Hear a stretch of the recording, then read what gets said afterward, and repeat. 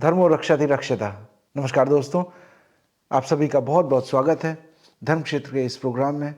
पिछली बार हमने प्रथम अध्याय का दूसरा श्लोक देखा कि महाभारत के युद्ध में जब दोनों सेनाएं सामने खड़ी हुई हैं तब दुर्योधन द्रोणाचार्य के पास जाता है, अपने गुरु के पास जाता है, डरा हुआ, थोड़ा सा घबराया हुआ, थोड़ा संशय में, थोड़ा दुविधा में। वो कुछ कहना चाहता है गुरु से। पिछली बार हमने जाना समझा कि उसके मन में ऐसा भाव क्यों आया कि वो द्रोणाचार्य के पास गया। कई बार ऐसा होता है कि साधन संपन्न होने से भी अधर्म का मार्ग चुनने से, अनैतिक रूप से, अधर्म से धोखा देकर जो संसाधन इकट्ठा किए जाते हैं वो कई बार विजय को के लिए आश्वस्त नहीं कर सकते। यही डर जो दिख रहा है वो हमें दुर्योधन में दिखाई देता है। एक बहुत पुरानी तिब्बतन कथा है, एक दो उल्लुओं की कथा।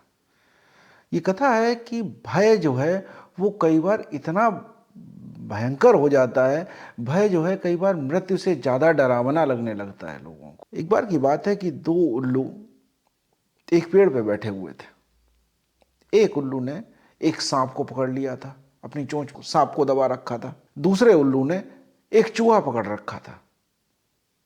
तो दोनों एक ही डाल पे आकर बैठे, दोनों बैठे हुए थे। तभी सांप ने चूहे की तरफ देखा। चूहे की तरफ जैसे ही देखा वो बहुत खुश हो गया, प्रसन्न हो गया, उसकी एकदम एक्शन में आ गया। जो अभी तक चोंच में दबा हुआ बैठा था वो एकदम से एक्शन में आ गया। उसको भोजन दिखने लगा, वो एकदम प्रसन्न हो गया। वो भूल गया कि वो है कहाँ इस स्थिति में, लेकिन वो बड़ा प्रसन्न हो गया। दूसरी तरफ जो चूहा जो चोंच में दबा हुआ था उसने सांप को देखा, वो भय से फिर परेशान हो गया। वो बहुत परेशान होने लगा। जब बहुत परेशान होने लगा तो उसकी जो बॉडी थी एकदम कांपने सी लगी। उल्लू ने भी ये देखा। तो दोनों उल्लुओं ने देखा कि एक सांप जो जिसने पकड़ रखा है, सांप तो बहुत खुश है और चूहा बहुत डरा हुआ है। तो दोनों ने कहा ये बात कुछ समझ में आई, दोनों मरने वाले हैं लेकिन एक बहुत खुश है और एक बहुत और दुखी हो गया है, ऐसा क्यों है? तो जो दूसरा एक उल्लू ने प्रश्न किया ऐसा, दूसरे उल्लू ने उसका जवाब दिया कि बिल्कुल समझ में आ रही है बात क्या है। जो सांप है वो भी मृत्यु के मुख में बैठा हुआ है, उसे पता है मर जाना है, मरने के लिए ही तैयार है। आज पकड़ा गया, मारा ही जाएगा। लेकिन उसकी वासनाएं, उसकी अतृप्त इच्छाएं वो चूहे को देख के फिर से एक बार जागृत हो गई। तो मौत सामने खड़ी होने के बावजूद भी उसकी जो इच्छाएं हैं, जो उसकी वासनाएं हैं, वो उसमें फिर एक बार उसको प्रसन्नता दे रही हैं, उसको जीवेषणा उसके अंदर जाग रही है, वो फिर एक बार एक्टिव हो रहा है इसलिए। और दूसरी तरफ वो जो चूहा है वो भी जानता है मृत्यु के मुंह में है, लेकिन वो फिर सांप को देख रहा है सामने और फिर सांप के भय से वो ज्यादा डरा हुआ है। तो मृत्यु दोनों की सामने खड़ी है। मृत्यु से उतना बड़ा डर नहीं है जितना भय से बड़ा डर है। तो दुर्योधन भी यहाँ जो है भयभीत है, थोड़ा डरा हुआ है। और भय है कई बार मौत से बड़ा लगता है लोगों को। हम मौत से भयभीत नहीं है, मौत के भय से ज्यादा भयभीत है। यही हाल दुर्योधन का है। इसीलिए वो भयभीत स्थिति में वो जानता है कहीं ना कहीं ये जो साधन मैंने इकट्ठा किए हैं ये साधन जो हैं सही वक्त पे काम आएंगे या नहीं, ये उसके अंदर भय बना हुआ है। और वो जाता है द्रोणाचार्य के पास। अब द्रोणाचार्य से वो क्या कहता है, पश्येताम पांडुपुत्राणाम आचार्य महती चमूम व्यूढ़ाम द्रुपद पुत्रेण तव शिष्येण धीमता। दुर्योधन कहता है कि पश्येताम, देखिए उनको। किसको देखे? पांडु पुत्राणाम, पांडु के पुत्रों को, महतीम चमूम, इसका मतलब हुआ बहुत बड़ी विशाल सेना जो पांडवों की है, आप उसकी तरफ देखिए।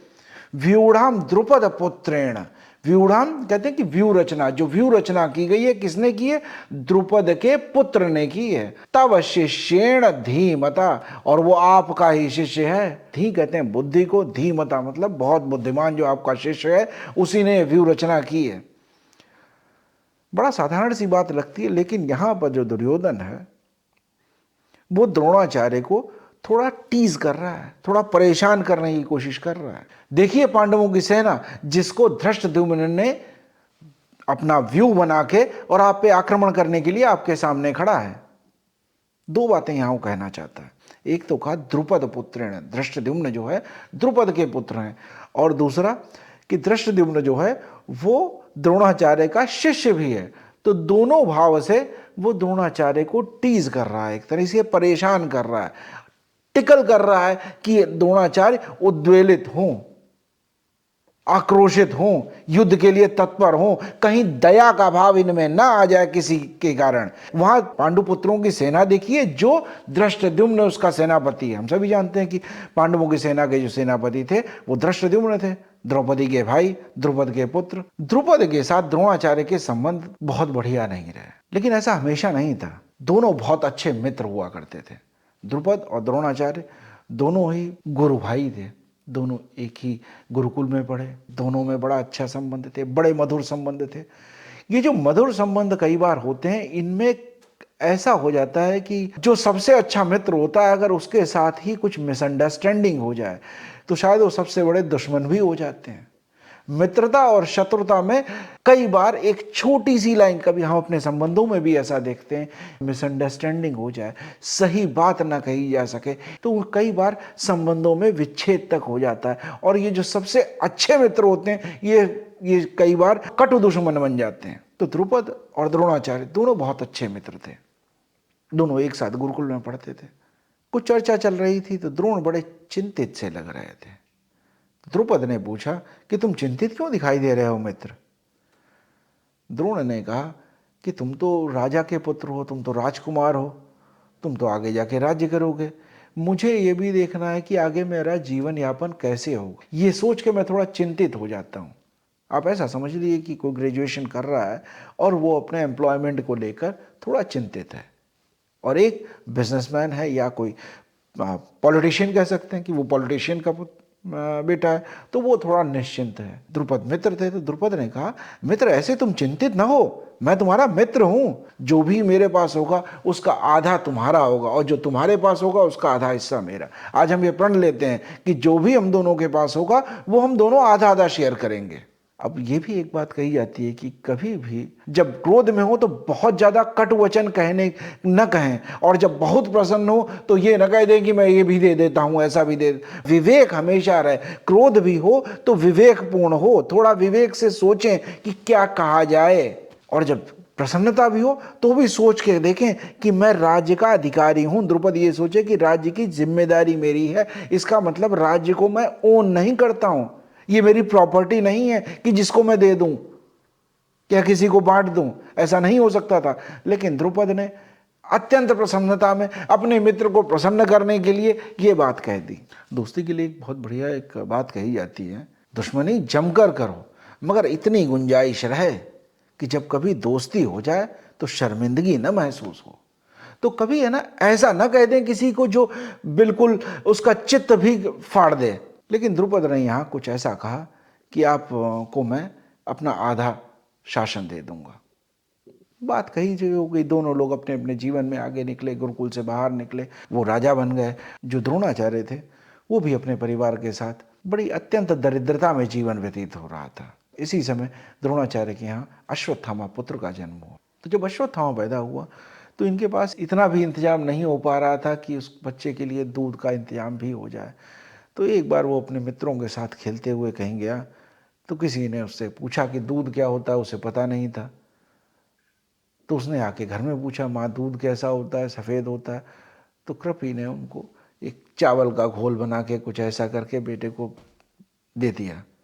द्रोणाचार्य इसको देख के बहुत दुखी हुए, बोले मैं अपने बच्चे के लिए इतना भी इंतजाम नहीं कर सकता हूँ, ये तो बहुत गलत कर रहा हूँ मैं इसके साथ। एक पिता के लिए शायद ये बहुत बड़ी पीड़ादायक बात हो जाती है, एक बहुत कष्ट देने वाली बात हो जाती है कि वो अपने बच्चों को जो बेयर मिनिमम नेसेसिटी थिंग्स हैं या जो बेयर मिनिमम मिलना चाहिए उन संसाधनों को अगर पूरा न कर पाए, उन रिसोर्सों को अवेलेबल न करा पाए, तो ये बहुत बड़े कष्ट की बात हो जाती है। तो यही द्रोणाचार्य के अंदर फील आई कि मैं एक बच्चे के लिए, अपने बच्चे के लिए एक दूध तक की बेसिक चीज़ों का इंतजाम नहीं कर पाता हूँ। जब व्यक्ति परेशान होता है तो हमेशा सोचता है कि मदद कहाँ से मिल सकती है। ऐसी स्थिति में द्रोणाचार्य को अपने मित्र द्रुपद की बात याद आई, तो वो गया वहाँ पे। पांचाल के दरबार में जब पहुंचे, द्रुपद ने पहचाना भी नहीं कि आप कौन। तब द्रोणाचार्य ने कहा कि हम दोनों साथ में पढ़े थे, हमारी बहुत अच्छी मित्रता थी। द्रुपद ने कहा अच्छा अच्छा, हाँ मैं याद आ रहा है मुझे थोड़ा थोड़ा, हाँ हम दोनों साथ में पढ़े थे, लेकिन वो बात खत्म हो गई, अब कहाँ हमारी कैसे मित्रता हो सकती है। देखो मैं यहाँ का राजा हूं और तुम्हें गरीब ब्राह्मण हो, हम दोनों की दोस्ती नहीं हो सकती है। दोस्ती तो बराबर वालों में होती है। उस समय हम दोनों बराबर की स्थिति में थे, तुम भी वहां पढ़ रहे थे, मैं भी वहां पढ़ रहा था, इसलिए हम मित्र थे। अब हम दोनों में कोई मित्रता का भाव तो नहीं रह गया। द्रोणाचार्य थोड़े तो परेशान हुए। फिर द्रोणाचार्य ने कहा कि मित्र ऐसे न कहो, मैं बहुत आस लेके तुम्हारे पास आया हूं। द्रुपद बहुत तेज हंसे। अरे एक भिखारी आज राजा से उसका राज्य मांगने आया है, एक गरीब ब्राह्मण को मैं दया पूर्वक कुछ दे सकता हूं। द्रोणाचार्य बहुत दुखी हुए। दुखी होने के साथ साथ उनके स्वाभिमान पे भी चोट हुई। द्रोणाचार्य ने कहा कि मैं यहां दया पूर्वक तुमसे कुछ भीख मांगने नहीं आया हूं, मैं अपने मित्र से मांगने आया हूं। अगर तुम मुझे मित्र ही नहीं समझते हो तो ये दया भाव से मुझे देने की कोई जरूरत नहीं है। ये दया भाव से मैं कोई भिक्षा मांगने नहीं आया हूं यहां। उसी दिन से शायद द्रुपद और द्रोणाचार्य में जो मित्रता थी वो टूट गई। फिर उसके बाद जैसा हम सभी लोग जानते हैं, द्रोणाचार्य हस्तिनापुर पहुंचे और फिर कौरवों और पांडवों के गुरु बने, उन्हें धनुर्विद्या सिखलाई, उन्हें बहुत अस्त्र शस्त्र चलाना सिखाया, दुर्योधन को और भीम को गदा चलाना सिखाया, युधिष्ठिर ने भाला सीखा, अर्जुन ने हम सभी जानते हैं कि उन्होंने धनुर्विद्या में महारत हासिल की। ऐसे सभी शिष्यों को उन्होंने जो भी उनके मनपसंद अस्त्र शस्त्र विद्या सीखना चाहते थे सबको सिखाया। फिर बात आई, जब उनकी शिक्षा पूरी हुई तब बात आई कि गुरु दक्षिणा में क्या देना चाहिए। तब द्रोणाचार्य ने कहा मैं गुरु दक्षिणा में ये चाहता हूं, उसे युद्ध में हराकर बंदी बना के मेरे सामने ले आओ। और फिर कौरवों ने भी प्रयास किया, उस प्रयास में जीत नहीं पाए। फिर उसके बाद पांडवों ने प्रयास किया और भीम और अर्जुन ने अकेले ही मिलके द्रुपद को बंदी बना लिया और बंदी बना के द्रोणाचार्य के पास ले आए। द्रोणाचार्य ने जब देखा कि द्रुपद को बंदी बना के लाया गया है तो द्रोणाचार्य ने कहा कि हम आज भी दोस्ती नहीं हो सकती, आज मैं इनका आचार्य हूं, मेरे शिष्यों ने तुम्हारा घमंड तोड़ दिया, मेरे शिष्यों ने तुम्हें बंदी बना लिया है और तुम आज मेरी कैद में हो, तुम आज मेरे अधीन हो। जो आज ये राज्य जीता है इसका आधा हिस्सा मैं तुम्हें देता हूं। आज से आधा पांचाल तुम्हारा हुआ, आधा पांचाल मेरा हुआ, अब हम दोनों बराबर के हैं। जो तुमने कहा था कि मित्रता बराबर वालों में होती है, तो आज से हम दोनों बराबर हो गए, आज से हम फिर से दोनों एक बार मित्र हो जाते हैं। लेकिन द्रुपद इस बार बहुत व्यथित हो गए, दुखी हो गए, स्वाभिमान तोड़ दिया गया, उनका अहंकार टूट गया। और अहंकार जब जब टूटता है तो पीड़ा जरूर देता है। तो द्रुपद जो है अब वो बहुत परेशान वहां से निकले। उस समय द्वापर युग में युद्ध में मारे जाना, युद्ध में वीरगति को प्राप्त हो जाना, वो ज्यादा श्रेष्ठ माना जाता था इसके कि आपको कोई दयापूर्वक युद्ध मैदान में छोड़ दे। तो जब राजा को छोड़ दिया गया, जब द्रुपद को छोड़ दिया गया बिना मारे, तो राजा की बहुत अच्छी प्रसिद्धि न रह गई, प्रजा में भी उसकी बहुत अच्छी इमेज नहीं रह गई। तो द्रुपद के मन में ये बात घर कर गई, पर वो देख चुके थे कि द्रोणाचार्य के शिष्यों के साथ युद्ध करना बहुत मुश्किल है, इनसे जीत पाना बड़ा मुश्किल होगा। द्रुपद ने फिर एक और योजना बनाई। उन्होंने एक यज्ञ किया। उस यज्ञ में आहुतियां डाली कि मुझे एक ऐसा पुत्र चाहिए जो द्रोणाचार्य को हरा सके। जब यज्ञ शुरू हुआ तो उससे दो लोग उत्पन्न हुए। पहली जब आहुतियां डाली गई तब द्रौपदी उत्पन्न हुई, इसीलिए द्रौपदी का एक नाम यज्ञसेनी भी है। जब दूसरी आहुतियां पड़ी तब धृष्टद्युम्न पैदा हुए द्रोणाचार्य को युद्ध में हराने के लिए। और आज यही धृष्टद्युम्न पांडवों का सेनापति बनकर द्रोणाचार्य के सामने आके खड़ा हो गया है। कहीं ना कहीं जानते तो द्रोणाचार्य भी हैं कि जन्म तो इसका मुझे मारने के लिए ही हुआ है, लेकिन दुर्योधन जो है अपनी धूर्तता से बाज नहीं आता है।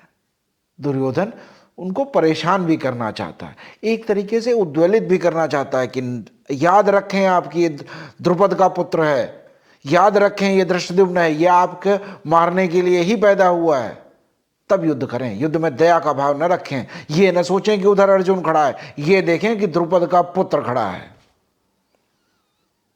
और दूसरा क्या था, एक और बढ़िया बात कही, तब शिष्येण धीमता।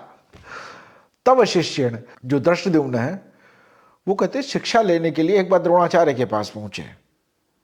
जब द्रोणाचार्य ने उनसे देखा तो द्रोणाचार्य जानते तो थे कि आज सीखने मुझसे आए, लेकिन ये सीख भी इसीलिए रहा है कि मुझे युद्ध में हरा सके। लेकिन द्रोणाचार्य ने मना नहीं किया। द्रोणाचार्य ने कहा नहीं, मैं गुरु हूं, मैं आचार्य धर्म मेरा ये कहता है कि मुझे आए हुए शिष्य को सिखाना चाहिए। और दोनों बातें हैं यहाँ पे। द्रोणाचार्य जो हैं वो हस्तिनापुर के राज्य गुरु हैं, स्टेट स्पॉन्सर्ड गुरु हैं राजकुमारों के लिए। तो वो ये भी जानते हैं कि द्रुपद का या पांचाल का हस्तिनापुर के साथ कोई बैर नहीं है, इसलिए इसको सिखाने के लिए मैं मना नहीं कर सकता हूं। तो दो धर्म आ गए कि ये तो एक तो मित्र राज्य का है और दूसरा कि मुझसे शिक्षा मांगने आए, इसलिए मैं मना नहीं करूंगा।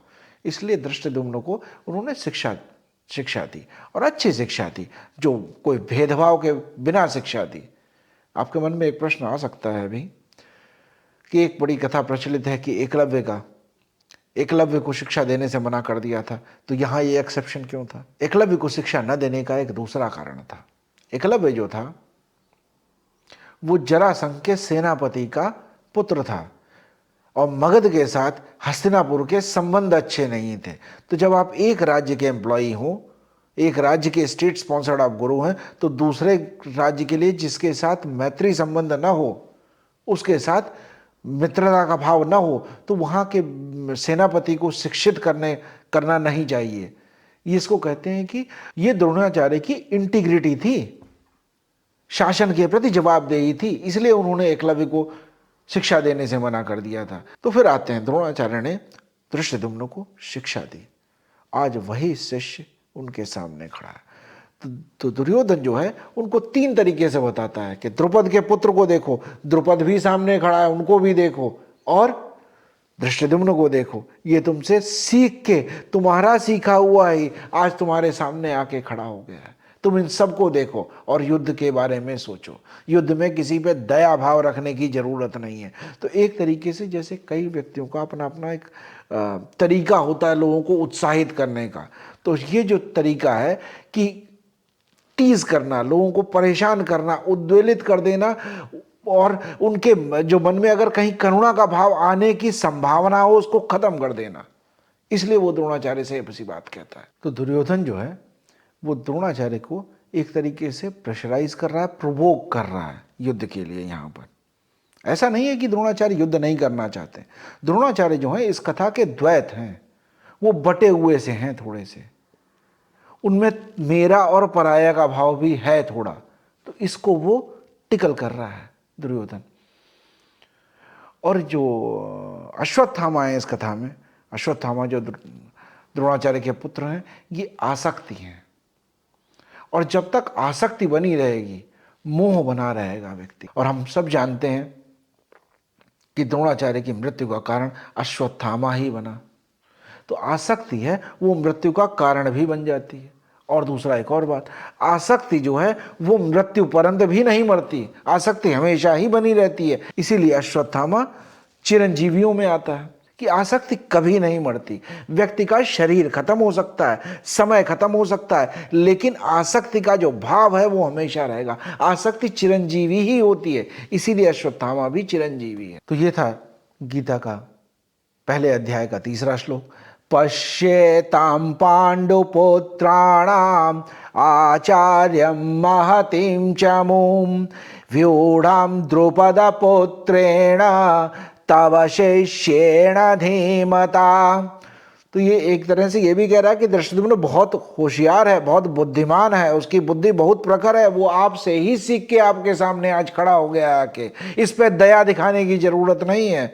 तो दुर्योधन ने द्रोणाचार्य को प्रवोक करने के लिए जो भी कह सकता था वो पूरा कहने का कोशिश किया। इसमें कहीं शिष्यता का भाव नहीं दिख रहा, वो गुरु से आशीर्वाद लेने के लिए नहीं गया, युद्ध में बढ़ने के लिए कुछ ऐसा नहीं करने गया कि युद्ध की स्ट्रेटजी पूछने गया हो, नहीं, वो यहां द्रोणाचार्य को एक तरीके से प्रवोक करने के लिए ही गया बस, कि देखिए आप पश्चेताप, देखिए इन लोगों को जो इतनी बड़ी सेना लेकर यहां आपसे लड़ने के लिए आ गए, और पांडु पुत्र नाम, जिन पांडु के पुत्रों को, जिन पांडवों पे आपका बहुत स्नेह था, आज वो आपके सामने आकर खड़े हो गए। और उन्होंने किसको अपना सेनापति बनाया? द्रुपद के पुत्र धृष्टद्युम्न को, जिसका जन्म आपको मारने के लिए हुआ है।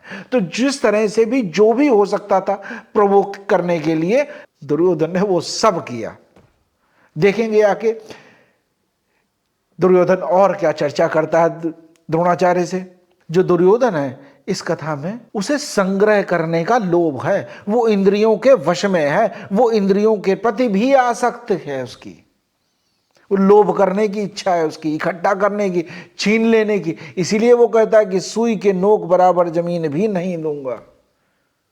तो ये सब तरह के जो विचार हैं, जो इंद्रियों का दास है, जिसकी संग्रह करने की प्रवृत्ति है, जो लोभी प्रवृत्ति का व्यक्ति है, वो एक द्वैत का, जो डुअलिटी में जी रहा है, जो आसक्ति से पीड़ित है, जो आसक्ति अटैचमेंट से जो पीड़ित व्यक्ति है, उसको उद्वेलित कर रहा है युद्ध के लिए। तो अपनी तरफ से जो संग्रह करने वाला व्यक्ति है, वो अपनी तरफ से बहुत सही काम कर रहा है, लेकिन ये शिष्य का भाव नहीं है। अगली बार फिर हम आगे देखेंगे, आगे क्या चर्चाएं होती हैं, जानेंगे, इसको समझेंगे और अपनी यात्रा को यूं ही आगे बढ़ाते ले चलेंगे। आज भी अगर आपको कोई बात अच्छी लगी हो, कोई प्रसंग अच्छा लगा हो, तो जरूर अपना कमेंट करके बताएं, शेयर करें अपने मित्रों के साथ, हर उस व्यक्ति के साथ जो जीवन में गीता के भाव को समझना चाहता है। गीता का भाव, जैसे मैं पहले भी कहा है, गीता का भाव ऐसा नहीं है कि आज जरूरत नहीं, आज भी उसकी उतनी जरूरत है। समझेंगे हम धीरे धीरे और अपनी यात्रा में यूं ही आगे बढ़ेंगे। चैनल को सब्सक्राइब भी कीजिए, ताकि आप लोगों को जब भी मैं एक नया वीडियो लोड करूं तो आप लोगों को इसके नोटिफिकेशन मिल जाए। मैं भी अपनी तरफ से कोशिश करूंगा कि हर शुक्रवार को एक नया वीडियो अपलोड कर सकूं, ताकि कंटिन्यूटी बनी रहे। बहुत बहुत धन्यवाद सभी लोगों का। जय श्री राम। धर्मो रक्षति रक्षिता।